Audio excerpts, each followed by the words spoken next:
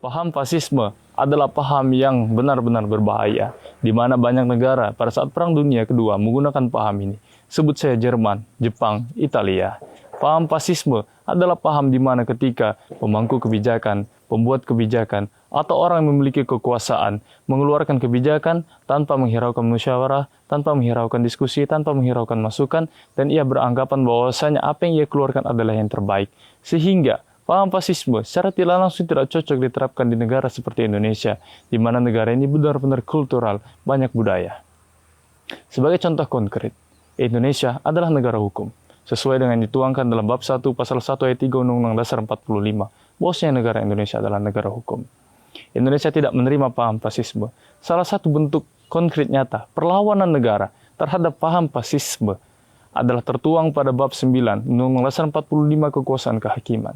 Sebagai contoh, ketika dikeluarkanlah sebuah produk hukum atau produk undang-undang, di mana ada sekelompok orang yang tidak menyetujui produk ini, maka negara silakan memberikan ruang untuk melaksanakan demonstrasi, unjuk rasa untuk menolak hal tersebut.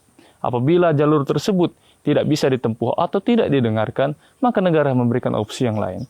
Sebagai contoh, jika itu adalah produk hukum, produk undang-undang, peraturan perundang-undangan di bawah undang-undang, maka uji dia terhadap undang-undang di Mahkamah Agung, atau apabila itu adalah peraturan undang-undang, maka uji dia terhadap Undang-Undang Dasar 45 di Mahkamah Konstitusi, judicial review dia, uji formil untuk membatalkan seluruhnya, uji material untuk membatalkan sebagiannya. Itu merupakan contoh bahwasanya negara menghadirkan perlawanan terhadap paham fasisme, negara tidak memberikan ruang kepada siapapun, even dia lembaga tinggi negara, pejabat pemerintahan, ataupun sekalipun masyarakat. Negara tidak memberikan kesempatan untuk melakukan atau membiarkan paham ideologi fasisme itu tumbuh. Contoh lain, dalam setiap pembuatan rencana kerja pemerintah, itu selalu didasari dari musyawarah rencana pembangunan.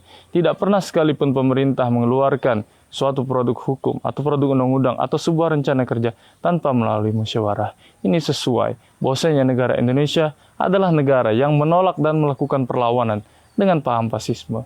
Maka dengan ini saya tegaskan, Indonesia harus sadar, setiap masyarakat Indonesia harus sadar bahwasanya paham fasisme tidak boleh hadir, baik dalam diri individu ataupun dalam diri sekelompok orang. Karena ini dapat berbahaya bagi kedaulatan negara Indonesia.